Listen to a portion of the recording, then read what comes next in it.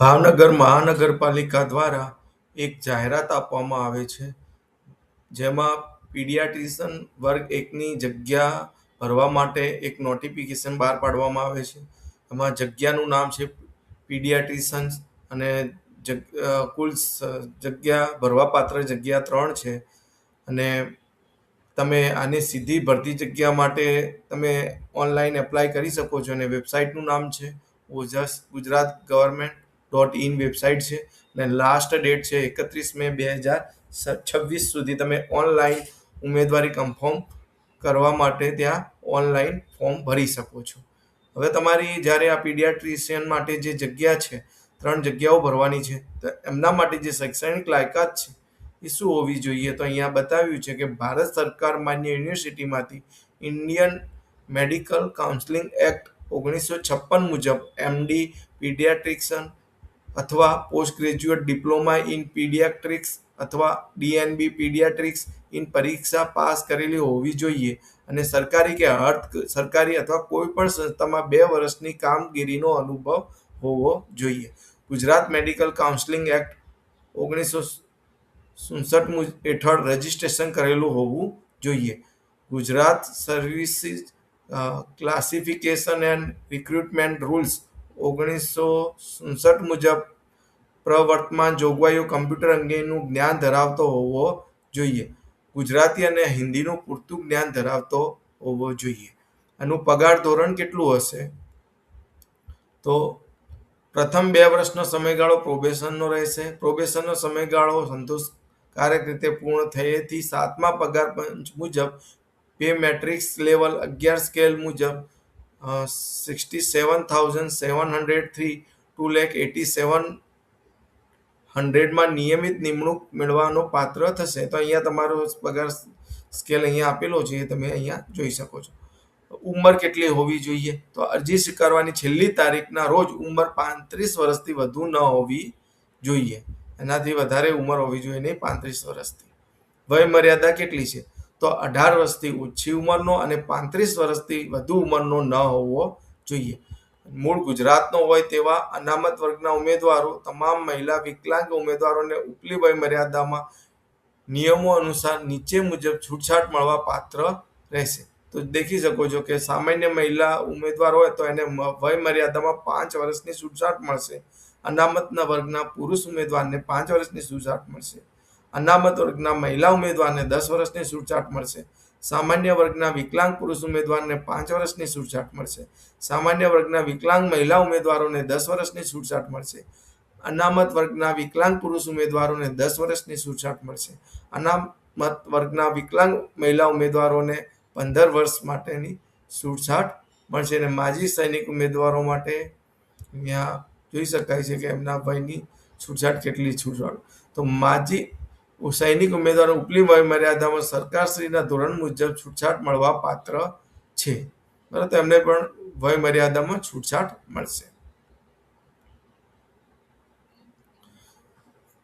તમામ કેટેગરીના ઉમેદવારોને છેલ્લી વય મર્યાદામાં મળવાપાત્ર છૂટછાટ સાથેની ઉંમર નિયમિત તારીખ કે કોઈ પણ સંજોગોમાં 45 વર્ષ કરતાં વધવી જોઈએ નહીં.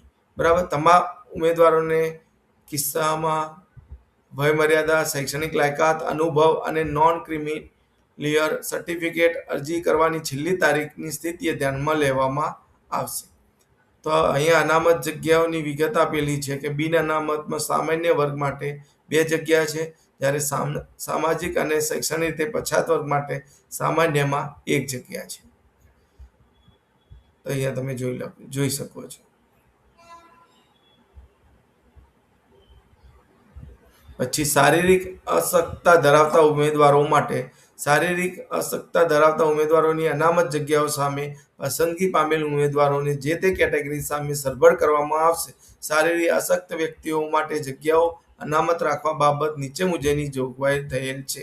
તો વિકલાંગ કેટેગરીમાં હલનચલન અશક્યતા અથવા મગજનો લકવો હોય તો અનામત જગ્યાની ટકાવારી 3 છે, એ તમે અહીંયા જોઈ શકો છો.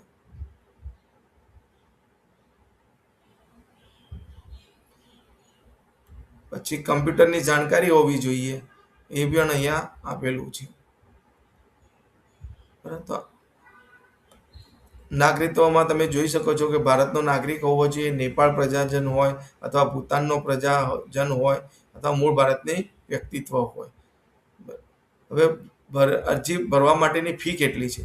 તો જો એક કરતાં વધુ જાહેરાત માટે અરજી કરવાની હોય તો દરેક જાહેરાત માટે અલગ અરજી કરવાની રહેશે અને પ્રત્યેક અરજી માટે બિન અનામત કેટેગરીના ઉમેદવારો માટે 500 રૂપિયાની ફી છે અને અનામત કેટેગરીના ઉમેદવારો માટે 250 રૂપિયા ભરવાના રહેશે. અહીંયા તમે જોઈ શકો છો. શૈક્ષણિક લાયકાત પણ તમને ખબર છે કે શું હોવી જોઈએ. તો શૈક્ષણિક લાયકાતમાં ઉમેદવારે શૈક્ષણિક લાયકાત માન્ય યુનિવર્સિટી સંસ્થામાંથી મેળવેલી હોવી જોઈએ. ડોક્યુમેન્ટ વેરિફિકેશન વખતે ઉમેદવારે ઓનલાઈન અરજી પત્રકમાં જણાવ્યા મુજબની શૈક્ષણિક લાયકાત માન્ય યુનિવર્સિટી અને સંસ્થાની માર્કશીટની સ્વયં પ્રમાણિત નકલ રજૂ કરવાની રહેશે. કોલેજના આચાર્ય દ્વારા અપાયેલા પ્રમાણપત્ર માન્ય ગણવામાં આવશે નહીં. તો આ જોઈ લેજો નોટિફિકેશનની અંદર શૈક્ષણિક લાયકાતમાં શું હોય છે. પછી ના વાંધા પ્રમાણપત્ર પણ વિશે પણ આપેલું છે. ગેરલાયક ઉમેદવારો માટે કેવી રીતે કોને ગેરલાયક કરી શકાય, તો એના માટે પણ માહિતી અહીંયા આપવામાં આવી છે.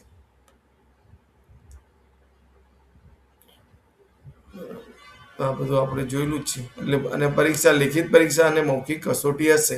તો લેખિત પરીક્ષા મૌખિક કસોટી ભાવનગર શહેર ખાતે જ લેવામાં આવશે. ઉમેદવારે પોતાના ખર્ચે ઉપસ્થિત થવાનું રહેશે. પસંદગી પામેલ પ્રતીક્ષા યાદીમાં રાખવા આવેલ ઉમેદવારોને અસલ પ્રમાણપત્રો રજૂ કરવાની જાણ કરવામાં આવશે. જો ઉમેદવાર અસલ પ્રમાણપત્રો નિયત સમય મર્યાદામાં રજૂ કરશે નહીં તો તેનું નામ પસંદગી યાદી યા તો પ્રતીક્ષા યાદીમાંથી રદ કરવામાં આવશે, જેની ખાસ નોંધ લેવી. તો અહીંયા જોઈ શકો છો. બરાબર. તો ઓનલાઈન અરજી ક્યાં કરવાની છે? તો ojas.gujarat.gov.in વેબસાઇટ ઉપરથી કરવાની છે અને છેલ્લી તારીખ 31 મે 2026 છે. અહીંયા તમને આખો પ્રોસેસ બતાવી છે કે કેવી રીતે ફોર્મ ભરવું. તો એ તમે જોઈ શકો છો. વેબસાઇટમાં જઈને એપ્લાય ઓનલાઈન કરવાનું છે. ત્યાં જઈને તમારે જો પીડિયાટ્રિશિયન છે એના ઉપર ક્લિક કરવાનું છે અને ક્લિક કરી અને એપ્લાય નાવ કરવાનું છે. અને એપ્લાય નાવ કરીને પોતાની personal detail, mobile number, email ID આ બધી વિગતો ભરવાની છે. પછી એજ્યુકેશન ડિટેલમાં જઈને એજ્યુકેશન ડિટેલ તમારે ભરવાની છે. કોઈ એડિશનલ ક્વોલિફિકેશન હોય તો તમે એડિશનલ ક્વોલિફિકેશન પણ ભરી શકો છો. એક્સપિરિયન્સ ડિટેલ પણ ત્યાં ભરવાની છે. બરાબર. સેલ્ફ ડિક્લેરેશન પણ ત્યાં તમારે યસનો ઉપર ક્લિક કરવાનું છે અને પછી ડેટા તમારે સેવ કરવાનો છે. પછી અરજી કન્ફર્મ થઈ ગયા પછી તમારે અપલોડ ફોટો કરવાનો છે. ત્યાં તમારું સિગ્નેચર અપલોડ કરવાનું છે અને પોતાનો ફોટો અપલોડ કરવાનો છે. કઈ સાઇઝમાં કરવાનો છે એ અહીંયા તમારે ડિટેલમાં આપેલું છે. પછી કન્ફર્મ એપ્લિકેશન કરવાનું છે. બરાબર. અહીંયા કન્ફર્મ એપ્લિકેશન કરશો ત્યારે કન્ફર્મેશન નંબર જનરેટ થશે અને કન્ફર્મ પેજ જે છે એનું એક પ્રિન્ટ લઈ લેવાનું છે, તમારી જોડે રાખવાનું છે. એના પછી તમારે ફી છે એ ભરવાની છે.